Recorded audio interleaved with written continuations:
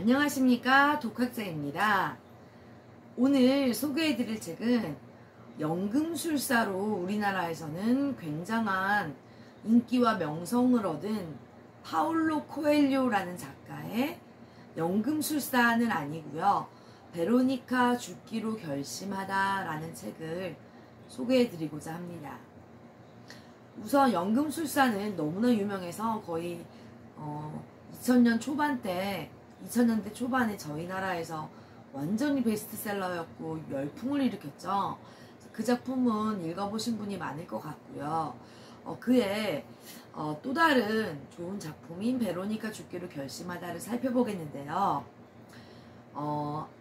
앞에 등장인물에서 보여드렸듯이 주인공 여자의 이름은 베로니카입니다.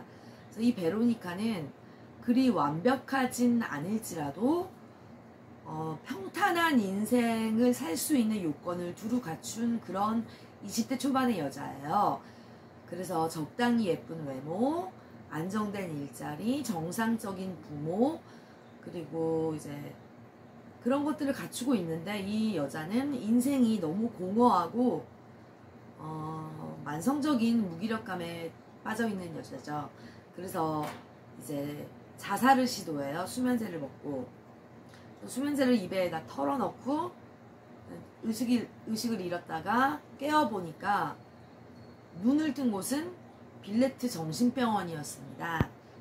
그래서 소설의 초반부에는 그녀가 그 빌레트 정신병원에 와서 어리둥절하면서 왜 내가 여기 있는가, 나는 누구, 여긴 어디, 이런 걸 막 질문하면서 좀 그 정신병원에 적응을 해가는 모습이 나와요.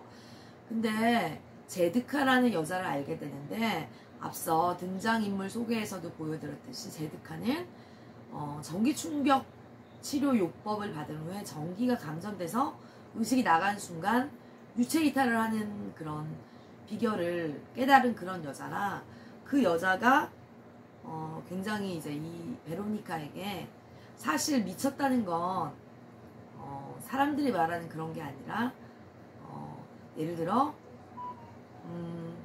그러니까 남과 다른 것을 사람들은 미쳤다고 말한다, 이런 식으로 미쳤다는 얘기를 해주면서 자기가 유체이탈을 해서 봤던 세계들, 다른 세계들에 대해서 이야기를 해주고, 그 다음에 그 제드카가 그 빌레트 정신병원 안에는 형제클럽이라는 모임이 있어요. 그 형제클럽은 그 빌레트 정신병원이라는 사회에 완벽히 적응을 해서 마치 정신병원 바깥 세상의 사람들이 사회생활을 하듯 그렇게 사회생활을 잘하는 사람들이 모인 사교 모임인데요. 제드카의 말에 따르면 그 형제클럽의 사람들이야말로 진짜 미쳤다, 이렇게 말을 하죠, 제드카는. 왜냐하면 그 형제클럽 사람들은 이곳에서 적응을 하면서 오히려 무감각, 무의미, 그리고 규격화에 물들어 버렸다, 이렇게 말을 해요. 그래서 어느 날 베로니카는 자기 자신 안에 억눌리고 잠재되어 있던 그런 광기와 열정이 어느 날 막 치솟아 올라서 병원 안에 있는 피아노를 막 열정적으로 쳐요. 근데 그거를 에듀아르라는 남자가 보게 됩니다. 그 에듀아르라는 인물 남자는 독특한데 정신분열증으로 일단 진단명은 나와 있거든요. 말을 한마디도 안 해요. 정신병원 안에서 아무하고도 소통을 안 하고 혼자만의 세계에서 사는 그런 남자인데, 이 남자도 등장인물 소개에서 보여드렸듯이 사연이 있죠. 화가가 되고 싶었는데 아주 좋은 집안 외교관의 자제라서 부모님이 외교관이 되기를 강요하다가 부모님과 충돌을 해서 정신병원에 강제 입원됐는데요. 이 남자는 그래서 자기만의 세계에 틀어박혀 있다가 이 베로니카가 그 피아노 친 밤을 계기로 서서히 이 남자하고 가까워지고요. 드디어 그가 말문을 엽니다.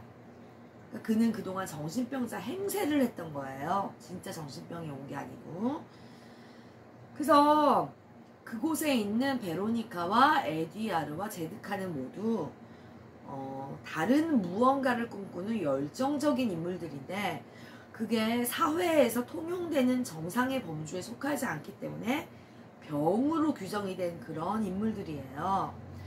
소설의 마지막 부분에 정신병원의 전문 의사인 이고르 박사가 베로니카에게 충격적인 말을 해요. 그건 네가 자살 시도로 약을 너무 많이 먹어서 네 심장이 너무 약해져서 너는 심장마비로 조만간 죽는다. 이렇게 말을 하죠. 그러니까 베로니카가 너무 깜짝 놀라서 자기는 이 병원 안에서는 죽고 싶지 않다. 나가서 바깥 세상에서 죽고 싶다. 죽을 때 죽더라도 이렇게 말을 하면서 에듀아르랑 같이 병원을 탈출해요. 근데 반전이 있는데요.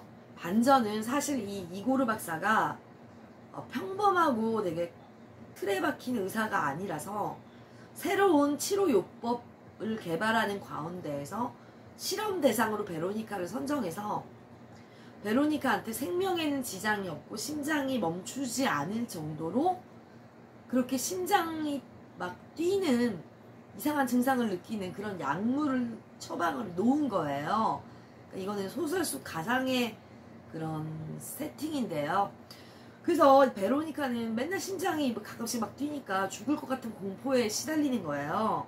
그래서 죽음이라는 착각에 빠져서 그 여자가 드디어 삶의 의미와 살아있는 하루하루가 기적이라는 아주 평범하고도 위대한 진리를 깨달으면서 소설이 끝이 납니다. 저는 이 소설을 읽으면서 제가 대학 때 읽었던 철학서적 미셸 푸코의 광기의 역사라는 그 서적이 생각이 났어요. 제가 이 소설을 읽은 게 2004년도고 광기의 역사를 읽은 게 2000년도쯤이에요. 그래서 그 광기의 역사는 이제 철학서적이다 보니까 굉장히 딱딱한 언어로 풀이되어 있는 그런 말을 이 소설이 굉장히 스토리텔링을 입혀서 재미나게 풀어냈다고도 같은 맥락이라고도 볼 수 있거든요. 광기의 역사에 따르면 정상인들이 볼 때 광인들은 정상인의 질서를 수용하지 않는 무의미하고 비생산적인 존재고 따라서 이성적인 과학은 광기를 정상과 구분하고 그것을 치료하기 위해 광인들을 격리하고 곧 광인을 정신병자로 규정하는 정신병리학의 담론이 형성되면서 의사와 환자, 즉 정상인과 비정상인 간의 불평등한 관계가 구축된다. 이렇게 논증을 한 게 미셸 푸코의 광기의 역사인데요. 굉장히 이 소설이든 이 철학서적이든 요즘 시대에 들어서 생각해 볼 점이 많습니다. 지금 현대사회는 광기와 열정이 억압되어야 되는 게 아니라 오히려 개성과 생산성의 원동력으로 취급이 되죠. 보다 시대가 자유로워졌는데요. 사회가 진보하면서 다양한 가치가 인정되고 존중되고 억압과 규제는 점점 더 사라져가는 추세죠. 이건 매우 고무적인 현상이라고도 볼 수 있는데요. 실제로 정신병리학자들이나 정신과 의사들이 말하기로 조증이나 이런 광기 같은 건 잘 조절이 되면 생산성과 천재성의 근원이 된다. 이거는 과학적으로 입증된 사실이에요. 의학적으로. 그래서 열정의 원동력이고요. 제가 존경하는 목사님께서 미쳐야 미친다 이런 말씀을 해주셨는데요. 그러니까 to be crazy is to reach.